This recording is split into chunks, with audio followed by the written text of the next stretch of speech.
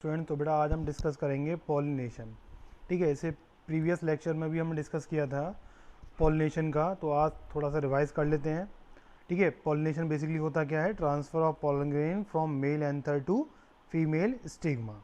ठीक है, इसके बाद नेक्स्ट है नीड ऑफ पॉलिनेशन की रिक्वायरमेंट क्यों होती है प्लांट्स में।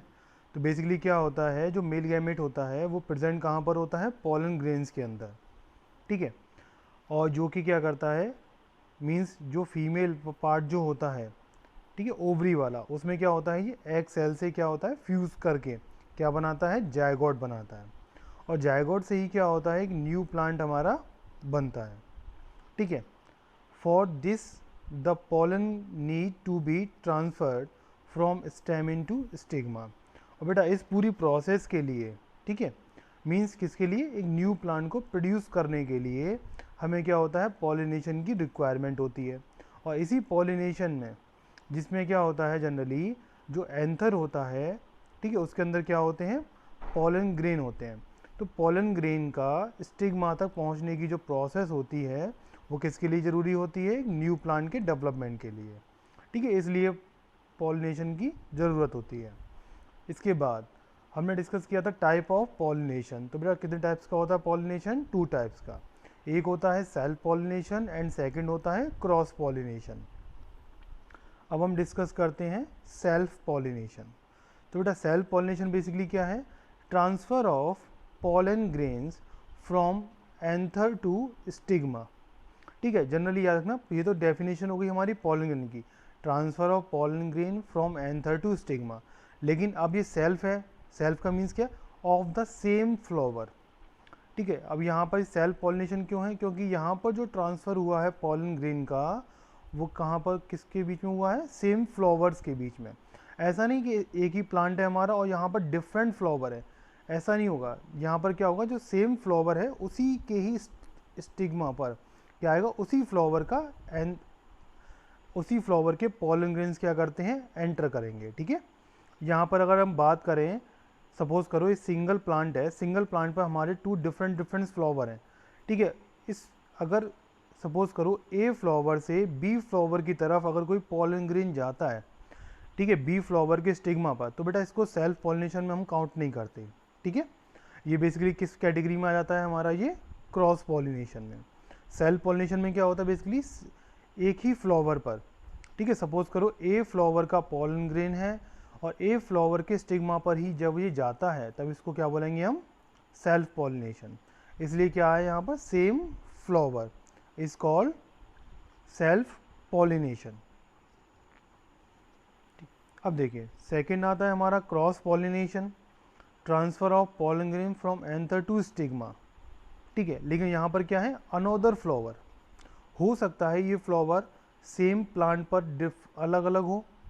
ठीक है, सपोज करो ए फ्लावर का पॉलन ग्रेन बी फ्लावर के स्टिग्मा पर जब जाएगा, ठीक है, और ये प्लांट क्या है? सिंगल प्लांट है, तो इसको हम क्या बोलेंगे? Cross pollination. अगर हम बात करते हैं सेकंड कंडीशन, तो यहाँ पर क्या होगा? प्लांट हमारे डिफरेंट हो गए। ठीक है, अब यहाँ पर सपोज करो ये ए प्लांट है, ये बी प्लांट है, तो ए प्लांट से जो पॉलन ग्रेन है वो कहाँ पर जाएंगे? बी प्लांट पर, बी प्लांट के स्टिग्मा पर, तो इसको भी हम क्या बोलेंगे? Cross pollination. ठीक है, अब देखिए जो क्रॉस पॉलिनेशन होता है वो क्या होता है? डिफरेंट एजेंट्स के थ्रू होता है। ठीक है, क्रॉस पॉलिनेशन बेसिकली किसके थ्रू होता है? बैट्स के थ्रू होता है। ठीक है, नेक्स्ट आता है हमारा इंसेक्ट के थ्रू, बर्ड्स के थ्रू, एंड ये आता है हमारा हनी बी के थ्रू। ठीक है, डिफरेंट टाइप्स के पॉलन मीन्स क्रॉस पॉलिनेशन हमारा हो सकता है। और क्रॉस पॉलिनेशन बेसिकली वाटर के थ्रू भी होता है। ठीक है, अब हम बात करते हैं पॉलन ग्रेन जर्मिनेशन। ठीक है, पॉलन ग्रेन का जो जर्मिनेशन होता है वो किस तरीके से होता है, अब हम उसको भी डिस्कस कर लेते हैं। थोड़ा इसको बड़ा करके समझाता हूँ डिटेल से। अब देखना, after the pollen land on the suitable stigma, it has to reach the female gamete present in the ovary। ठीक है, इस पॉइंट को रखना, जो फीमेल गैमेट होता है वो कहाँ पर प्रेजेंट होता है? ओवरी के अंदर। ठीक है, for this pollen grain germinates on the stigma and form a pollen tube. Basically बेटा ये प्रीवियस लेक्चर में भी बताया था, जो पॉलन ग्रेन्स होते हैं उसमें बेसिकली क्या होती हैं, 2 लेयर्ड होती हैं, ठीक है। जो आउटर लेयर होती है उसको हम क्या बोलते हैं, एक्साइन बोलते हैं, ठीक है। आउटर लेयर क्या होती है, एक्साइन, और जो इनर लेयर होती है वो क्या होती है, इंटाइन। अब हम बात करें यहाँ पर क्या हुआ, ये पॉइंट जो दिख रहा है, the pollen grain germinates on the stigma.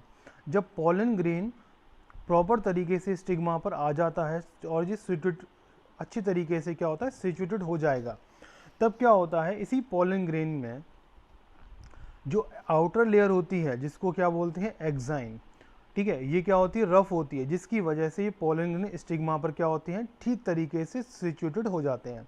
लेकिन पॉलन ग्रेन की जो अदर मेम्ब्रेन होती है जिसको हम बोलते हैं क्या, इंटाइन। बेटा यही इंटाइन जो होती है, ये आउटर लेयर मीन्स एक्साइन को रैप्चर करती हुई, ठीक है, इंटाइन को क्या करती है, ये रैप्चर करती हुई।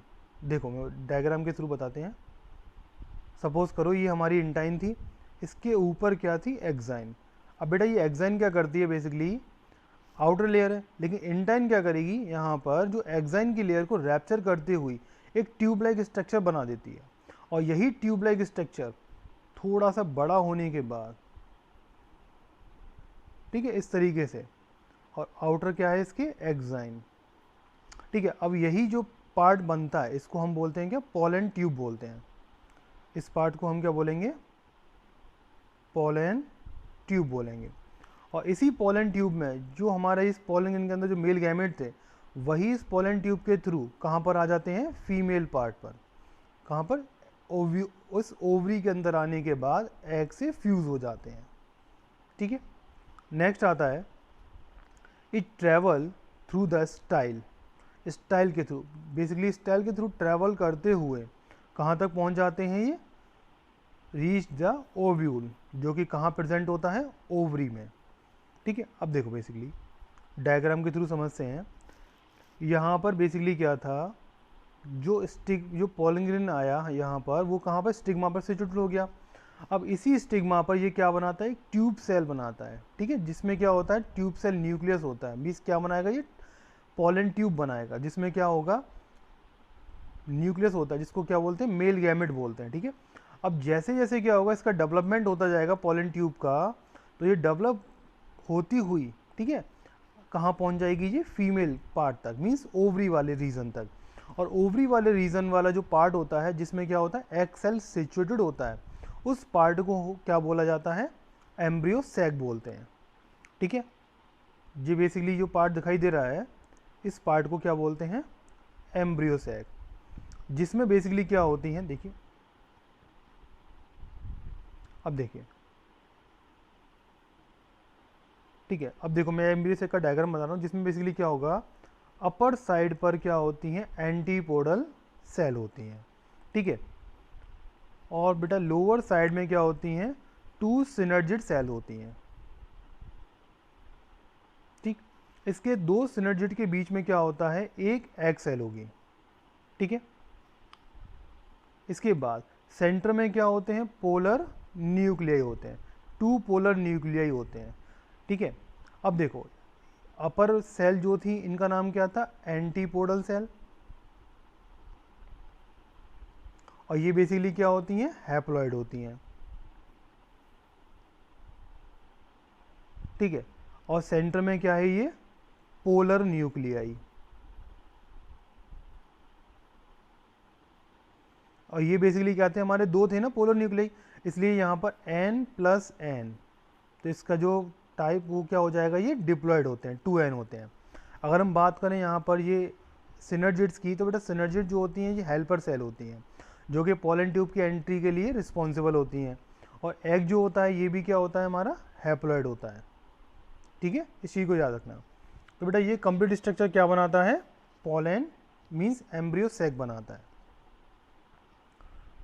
ठीक है। अब देखो इसी एम्ब्रियो सैक जैसे ही बन जाएगा, तो पॉलन ट्यूब जैसे ही एंट्री करती है, तो बेटा एक जैसे ही पॉलन ट्यूब एंट्री करेगी, तो पॉलन ट्यूब में जो मेल गैमेट होता है, हमारा न्यूक्लियस होता है, इसमें क्या होता है, डिवीज़न हो जाता है, और सिंगल न्यूक्लियस से ये कन्वर्ट हो जाता है किसमें, 2 न्यूक्लियस में।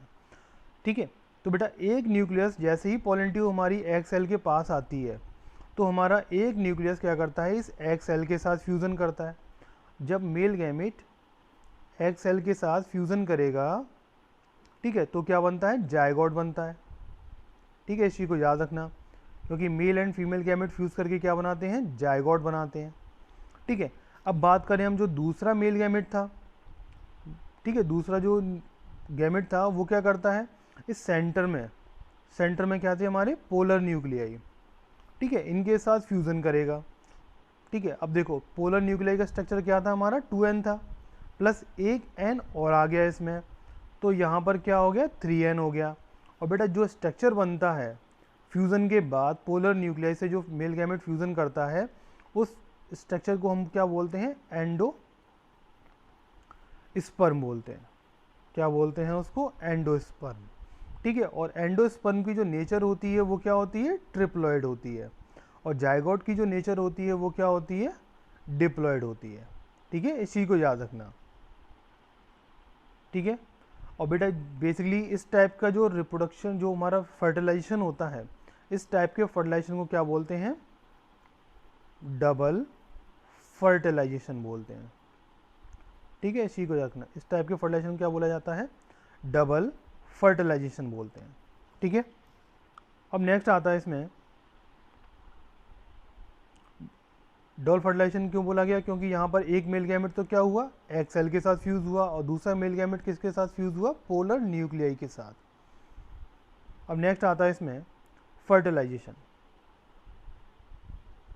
अब बेटा फर्टिलाइजेशन में बेसिकली क्या है, fusion of male and female gamete is called fertilisation, और ये बेसिकली कहाँ पर होता है, ओव्यूल्स में। ठीक है, और ओव्यूल्स में फ्यूजन के बाद, फर्टिलाइजेशन के बाद किसकी फॉर्मेशन होती है, एंडोस्पर्म की। जैसे ही मेल गैमेट हमारा एग सेल के साथ फ्यूजन हुआ था तो वहाँ पर जायगोट बन गया था, और जायगोट के बाद क्या बना था हमारा, एंडोस्पर्म, जो बेसिकली क्या करता है, जो डेवलपिंग एम्ब्रियो होता है उसके लिए उसको जो न्यूट्रिशन प्रोवाइड कराता है वो कौन कराता है, एंडोस्पर्म। अब देखिए ये बेसिकली क्या है, एक पूरा डेवलपमेंट है फर्टिलाइजेशन तक कि किस तरीके से फर्टिलाइजेशन होता है बेसिकली। ठीक है, ये बेसिकली क्या थी, हमारी पोलन ट्यूब थी।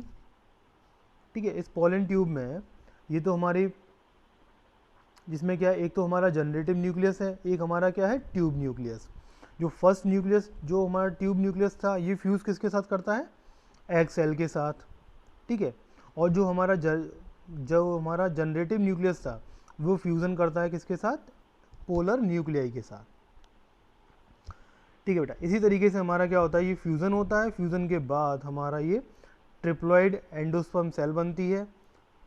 ठीक है, और यहाँ पर हमारा बन जाता है जायगोट, और यहाँ से जो पोलन ट्यूब एंट्री करती है जनरली वो करती है किससे, माइक्रोपाइल से। माइक्रोपाइल क्या होता है, बेसिकली एक एंड होता है। ठीक है, माइक्रोपाइल क्या होता है, एंड होता है ओव्यूल का, जहाँ से पोलन ट्यूब की जनरली एंट्री मिलती है। इसके बाद नेक्स्ट आता है formation of fruit and seed. After fertilisation the zygote divides several times. Fertilisation के बाद जायगोट में क्या होता है, काफ़ी सारा डिवीज़न होता है, और ये क्या बनाता है, एम्ब्रियो बनाता है, किससे, विद इन द ओव्यूल्स। ठीक है, several times to form an embryo within the ovules. ठीक, नेक्स्ट आता है the ovule develop a tough coat and is gradually converted into a seed. Ovule जो होता है ये बेसिकली क्या करता है, एक टफ कोट बनाता है जो कि धीरे धीरे किस में कन्वर्ट हो जाता है, सीड में कन्वर्ट हो जाता है। The ovary grow rapidly to form a fruit, और जैसे ही ओवरी क्या होती है, काफ़ी तेज़ी से ग्रो करके क्या बनाती है, फ्रूट बनाती है, जिसके में क्या होता है, सेपल, पेटल, स्टिग्मा, स्टाइल क्या हो जाते हैं, गिर जाते हैं। ठीक है, अब हम बात करते हैं किसकी, डबल फर्टिलाइजेशन की। तो बेटा डबल फर्टिलाइजेशन बताया, जिसमें बेसिकली क्या था, one sperm nucleus fertilise the egg producing zygote which become the plant embryo inside the seed. ठीक है, अनदर स्पर्म न्यूक्लियस वहाँ पर बेसिकली क्या था, जो ट्यूब न्यूक्लियस था और जनरेटिव न्यूक्लियस था, ये दोनों बेसिकली फ्यूज़ हुए थे। जो ट्यूब न्यूक्लियस फ्यूज़ हुआ था वो एक्स सेल के साथ फ्यूज़ हुआ था और क्या बनाया था, जायगोट बनाया था। और जो हमारा जर्मिनेटिव न्यूक्लियस था वो फ्यूज़ किसके साथ हुआ था, पोलर न्यूक्लियाई के साथ, ठीक है, जिसने क्या बनाया था, endosperm.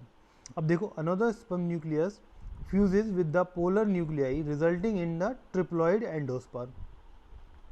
Endosperm is the source of food. Endosperm क्या था, फूड का सोर्स होता है, जो कि किसको प्रोवाइड कराता है, यंग एम्ब्रियो को।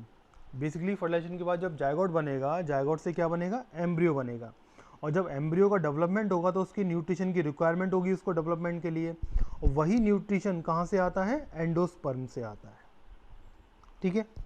इसके बाद अब देखो, बेसिकली ये एक पी का स्ट्रक्चर है, ठीक है, जिसको स्वीट पी बोलते हैं।